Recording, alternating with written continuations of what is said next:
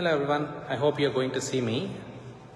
I wanted to do this live session because there is a lot of discussion which is happening since day before about the 5% loans for first home buyers with no LMI.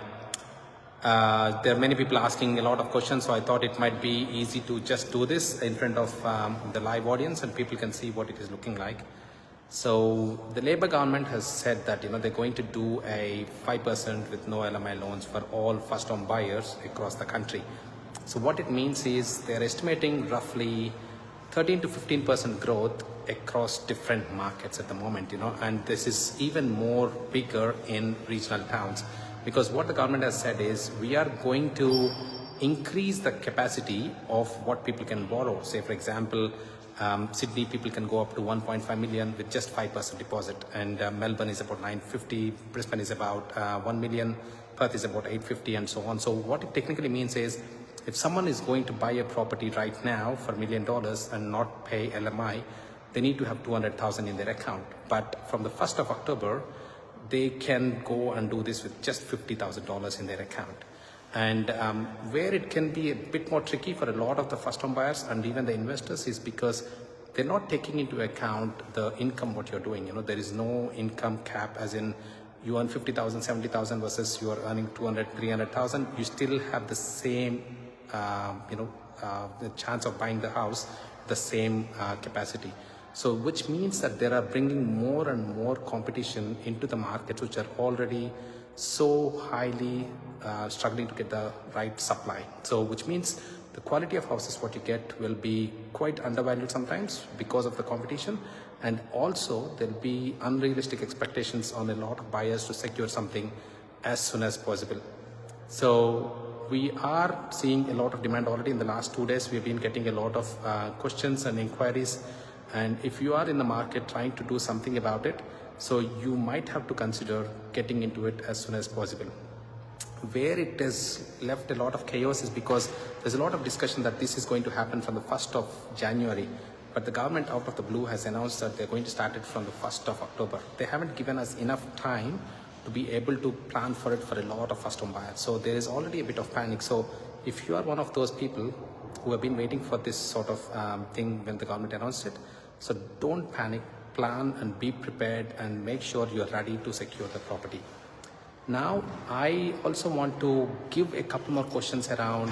There are people who are asking a few questions, right? So I wanted to jump through those questions quickly if I can run this through. So one of the questions which came was, what happens to the investors? The people who have already bought the properties, good luck to you guys, because you are going to see a big growth coming up in the next 8 to 12 months time. And I believe that is across the board, so even, if you have purchased, or if the property is under offer but it's not settled yet, you are also going to see that growth come through. The next thing is, this is a very, very important question. Someone asked me the question to say, what's happening with the regional markets now? Because what the government has said is that limits what they said per property in each of the states is not just for capital cities. So for example, if it's Sydney, as I said, 1.5 million, this 1.5 million is for every regional town within New South Wales as well. So there are areas like, Albury or, some of these regional towns where the properties are around 600, 700, so on. They all are going to jump up as well because of the competition which will come through. So that is across the board, not just in the capital city. Now, there's someone asking me this question as in, what does it impact for the first home buyer if they buy at 95%? What it means is your repayments will be bigger than what it would be if you're borrowing only 80%. But what you can't understand is you don't need that big capital to start your work. So you have to work on getting your 5%, and then you might be able to repay it back to the banks at the 95% loan, which means, roughly around, if you're taking into account $1 million house, you're probably going to pay roughly around $1,600 extra per month. But that means that you are saving on the LMI, as well as you don't need that 10% or 20% deposits what you need. Finally, there's someone who asked and said, look, I'm very, very confused. I don't know where to start, how to start. So if you are stuck and if you're unsure what to do, you can reach out to me. You can reach out on our chat or on socials, or ideally book a call, and I'm happy to discuss with you, with your situation, what could work for you and all that. One last question which just came up before I started this live is, I don't have 20%. I only have 8, 10%, whatever it is, but I want to buy a property right now. Can I do it? Yes, there are still possibilities, especially depending on which profession you are in. You could buy properties without LMI even right now, even before the 1st of October. So if you are one of those people who are just waiting until the 1st of October, you don't have to. I think you can still buy the property. It's all about what profession you are in and what lenders are going to give you access to that no LMI loans. So not every mortgage agent can tell you about this, but there are people, some real good mortgage agents who can do that.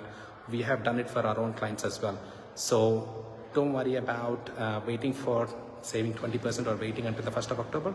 If you have the capacity to go at least 8, 10%, you can still buy the property without LMI. You can, what it means is you can beat the competition and you can take advantage of the growth which you're going to get in the next 10 to 12 to 18 months period. I hope that helps. And thanks again for everyone who joined in, Vipin, Elango, and all these guys. Thank you guys. And if you have any further questions, just send the questions through and I'll answer everything what I can for you guys. Thank you.